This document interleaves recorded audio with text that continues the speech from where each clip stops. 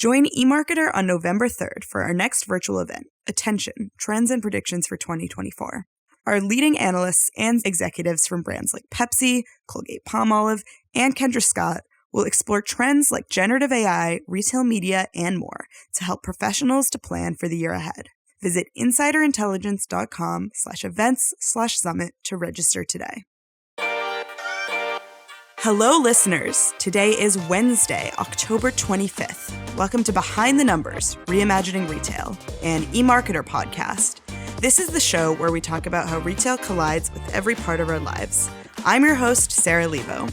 Today's episode is Amazon's second Prime Day event and what it says about the upcoming holiday season.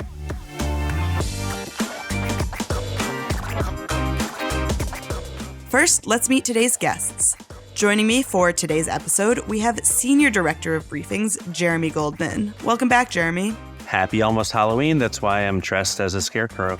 Happy almost Halloween. Yeah, they can't see at home, but you're definitely not lying about that. You'll just have to trust me. And also joining us today is Senior Analyst Zach Stamvor. Welcome, Zach. Hey, Sarah. Hey, Jeremy. Okay, let's get started with Free Sample.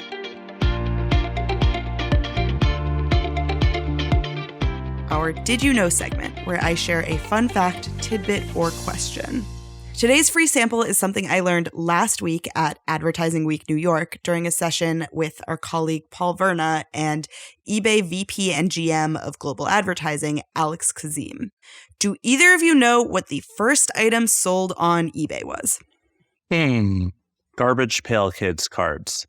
You're wrong. That's not it. Any guess from you, Zach? A book? Not a book. The first item that was transacted on eBay was a broken laser pointer. When I looked this up to confirm it, not only does eBay confirm that the 1995 sale occurred for $14.83, but they also have a video of the buyer, a man named Mark Frazier, talking about his purchase. Why did he buy it? Because he wanted to fix a laser pointer. So, good reason to buy a broken laser pointer. I have nothing to say about that. The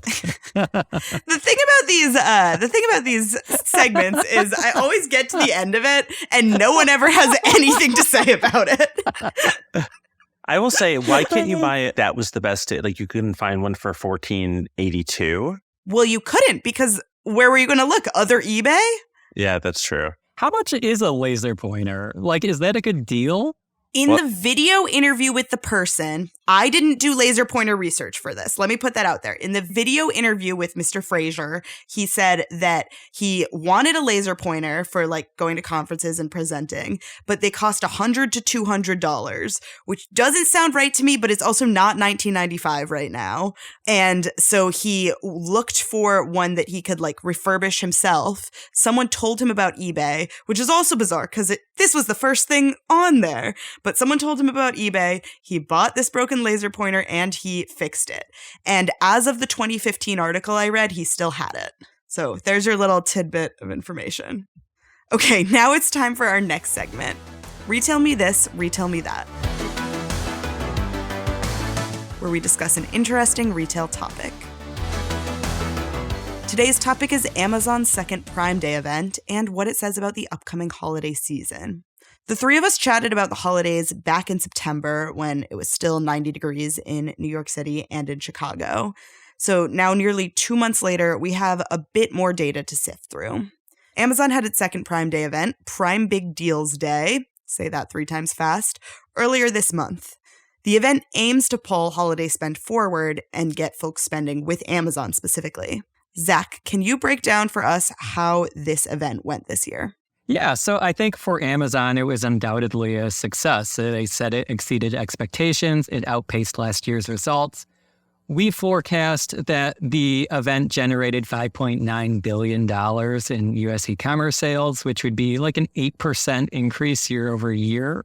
And even more notably, compared to just a random 2-day period, the Amazon sales were up like 152% and 70% higher than the average 2-day period over November and December. So they propped up an event. They sold a lot of stuff. So I think that's undoubtedly a success. One other interesting fact that I saw a few moments ago was that non-Amazon sales actually declined over that period. There's like a 4% year-over-year decline in online sales per Salesforce. So they propped up an event. They saw a big gain. Everybody else saw sales fall. So I think that's pretty good. That's the opposite of your normal Prime Day, right? Doesn't Prime Day usually accelerate retail e-commerce in general? Right. Yes. And it does often foster like rival sales. Yeah. This year, what was interesting online is it also provoked or sparked rival sales, but they weren't necessarily in line with Amazon. Like Target's started at the very first day of October and, sales are all over the place. Wayfair's is like a few weeks after Amazon sale. So everybody is propping up sales in October, pushing the holiday season earlier, but not necessarily in line with Amazon. Which, by the way, if you think about it, it kind of makes sense, right? Because you've seen definitely a lot of sales in response to this. Of course, they knew it was coming. In fairness, a lot of retailers were going to be pushing their sales earlier, no matter what. But the interesting thing is, of course, it's just difficult when you're being reactive to somebody else's strategy. It's difficult to do as good of a job as they did. And the other thing I'll say is, we're right in the thick of the holiday season, or maybe we're not quite in the thick of it. It's like we're getting there. And I think the early returns seem to suggest that this was good for Amazon. But it'll be also interesting to see, are they just pushing their sales earlier into the season? And, how well do they do throughout the rest of the season? I think that's, TBD, obviously. Yeah, and it's kind of difficult to compare because this is only technically the second year Amazon has done this. They've had later Prime Days before because there was this little pandemic. But yeah, I mean, there's not a ton to compare this event to. Talking more about how people bought during the event, the average order size during the October Prime Day event was around $53. That's according to Numerator. That puts it lower than July's Prime Day sale, but higher than last October. Lower order sizes means to me that people probably weren't buying those big ticket gifts. That begs the question, is October Prime Day really a holiday sale, or is it just a sale that takes place in October? I think it's both. I think they sell a lot of Crest 3D white strips. They sell Cottonelle toilet paper, which is what I bought during the event. Me but too.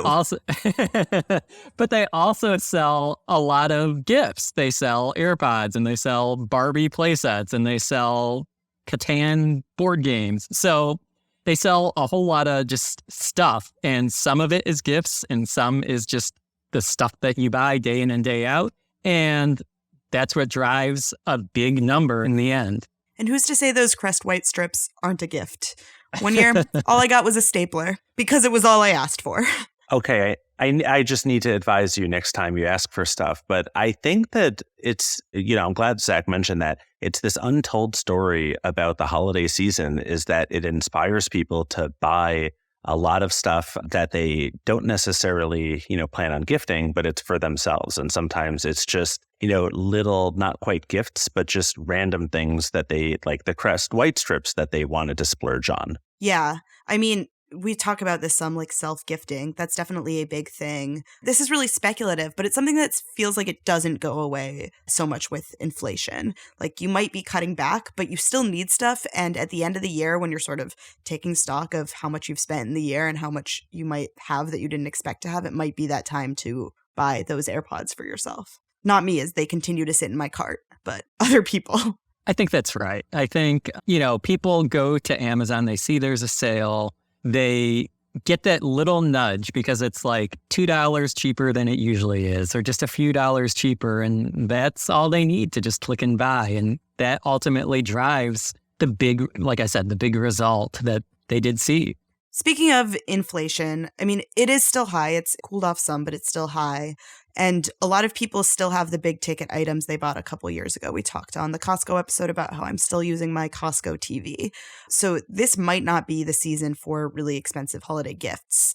But we see food and beverage holiday sales increase by 8%. We're seeing health and personal care sales increase by 6%. That's all according to our forecast. Can you tell me more about which categories you both are watching this holiday season? Jeremy, why don't you take that one first? Yeah, I think, one thing that, and we even discussed this offline beforehand, that there are things that are outside of the general categories that we cover here, such as experiences that people are going to be spending a lot of money on. So I'm not going to talk about that now because Sarah said not to.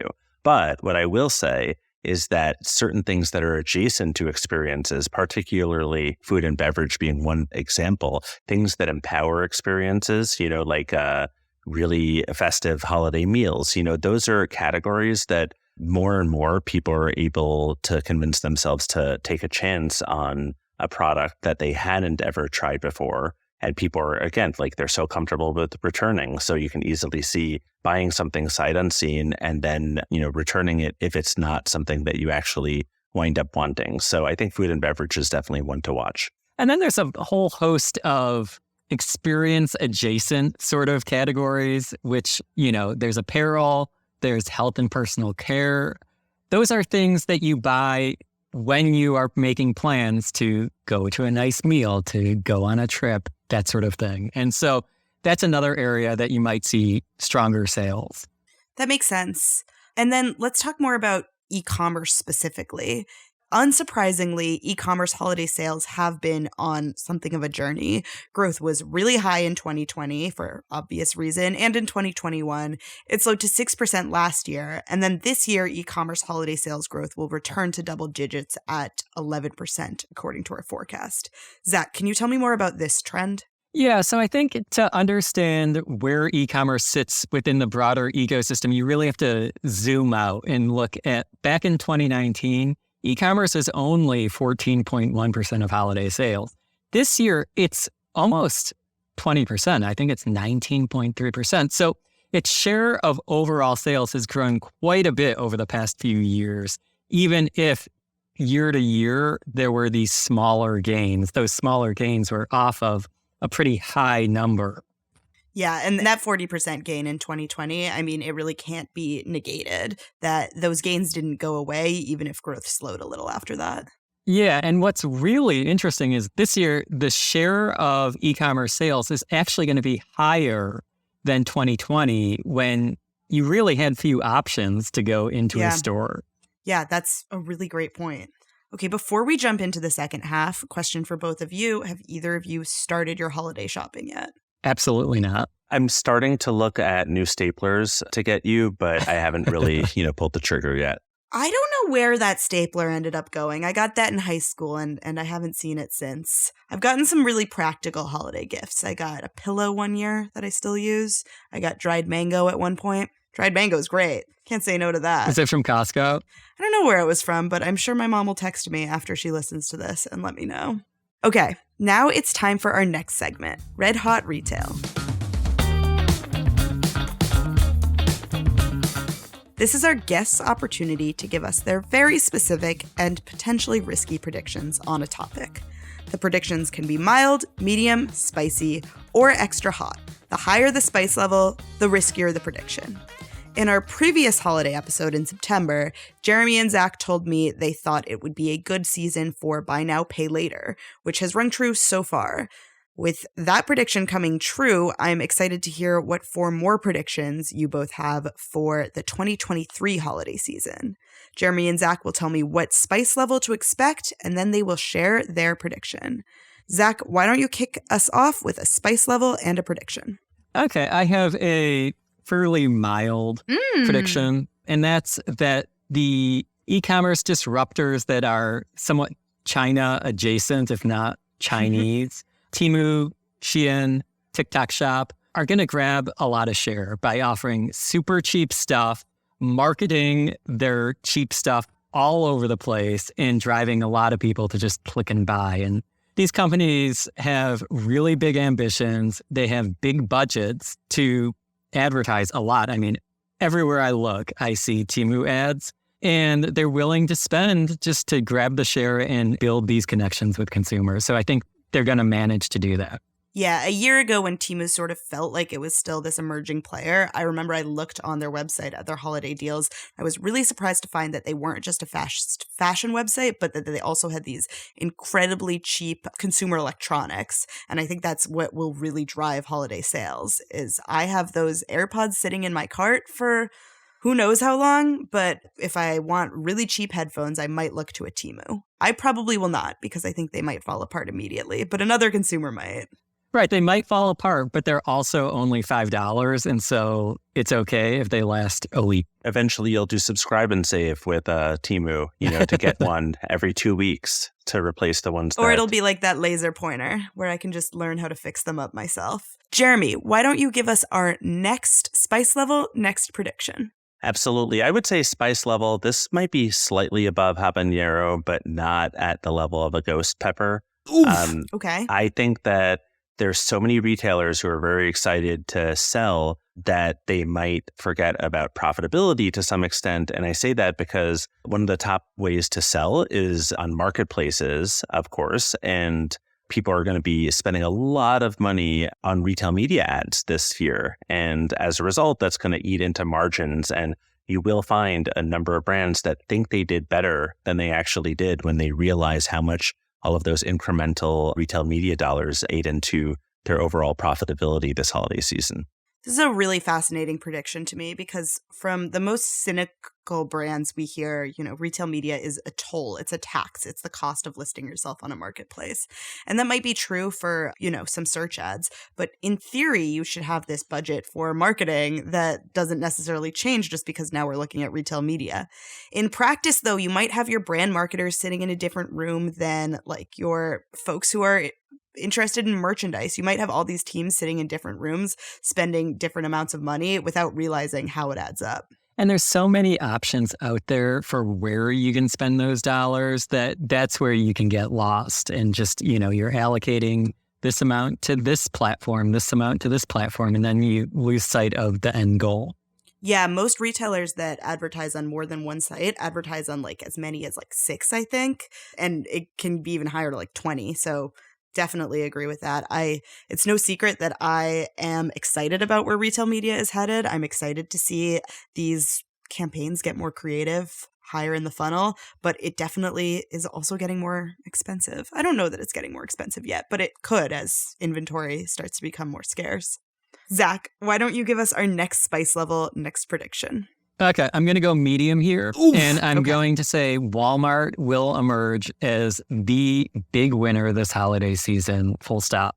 Walmart has had a really good year. They've ridden cheap groceries to build a lot of connections with higher income consumers who are now in the Walmart ecosystem. They're thinking about Walmart. Maybe they bought a Walmart Plus membership, and they are going to benefit from that this holiday season, and they also have really low prices. So Walmart obviously has a very big customer base, but that customer base is even bigger than it ever was. And they also have the ability to leverage their stores for click and collect. And they have just a super vast selection of stuff, just like Amazon, thanks to their online marketplace. So I think they're going to do really well this holiday season. Something I'm watching at Walmart is the potential of their app. Target's app is something that we know to drive sales both out of store and in store. I heard someone say at Adweek that as many as 60 or 75% of Target shoppers in store are also on the app or on the website. Walmart's app doesn't have that same loyal user experience as Target. I wonder what sort of steps that they are going to take. They've definitely taken improvement steps recently to keep that app improving and keep those folks loyal. It is interesting. The Target app, you need to engage with it to get all of the discounts available to you. So that's why you have it open in the store. Walmart doesn't have the same sort of functionality. That said, you can use it to navigate the store, which to me is a bit of a challenge because I rarely go to a Walmart.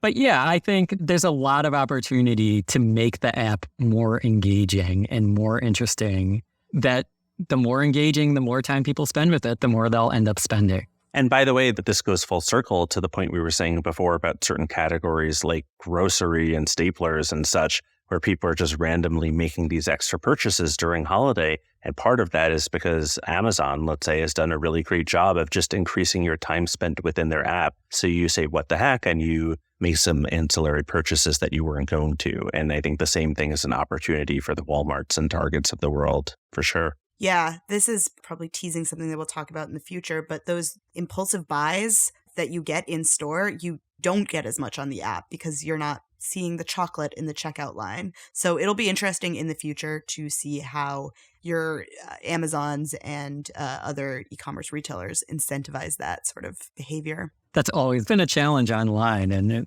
it's a challenge that has not really been solved. Jeremy, why don't you give us our last spice level, last prediction? I want to say this is like in between a jalapeno and a poblano. Clearly, I know a little bit more. That's mild? Yeah, that's mild. I was going to say, okay, so clearly I know more than both you guys about the Scoville way of, delineating, but that's okay. No, this is like more mild because I think that this just is a trend that we've seen over a few years now. But if you look about the Cyber 5 that everybody loves to talk about, and I'm sure we will be talking about, and if you look to see just kind of the amount of dollars that are being spent within those days as a percentage of total holiday retail e-commerce sales, a few years ago, it was about 20%. And this year, it is going to be down to 15.8%. per our forecast. And, really just to go full circle, having these early holiday sales just captures a lot more of the sales that you can get from people early on and reduces your uncertainty as a retailer. But does it make people spend more in the end? Probably. But it also means that people have less money to spend when you get around to these major holiday events of the Cyber 5. So ultimately, it's just becoming less and less important. It's still, they're not insignificant because it's 15.8% of all total holiday retail e-com sales over a 5-day period. Right. And those are going to be like the biggest sales days of the holiday season, even though their overall importance is diminished. So are we ever going to enter a post-Cyber 5 holiday season? No, I don't think so. I think having specific events that drive people to spend, and the Cyber 5 has the benefit of they're tied around Thanksgiving. And so everyone associates spending with them. They'll just always be there. They just, as the season stretches from October into January, they'll still be there. They'll always be there. And they'll always be important. Mm-hmm. Yeah, definitely agree with you. I think as long as we have Thanksgiving, we will have the Black Friday and the Cyber 5. Okay, that is all we have time for today. So thank you for joining me, Zach. Yeah, thanks for having me. And thank you, Jeremy. Great to be with you guys. Please give us a rating and review wherever you listen to podcasts, and follow us on Instagram at @behindthenumbers_podcast. Thank you to our listeners and to Victoria, who jingle bell rocks at editing the podcast. We'll be back next Wednesday with another episode of Reimagining Retail, an eMarketer podcast. And tomorrow, join Marcus for another episode of the Behind the Numbers Daily.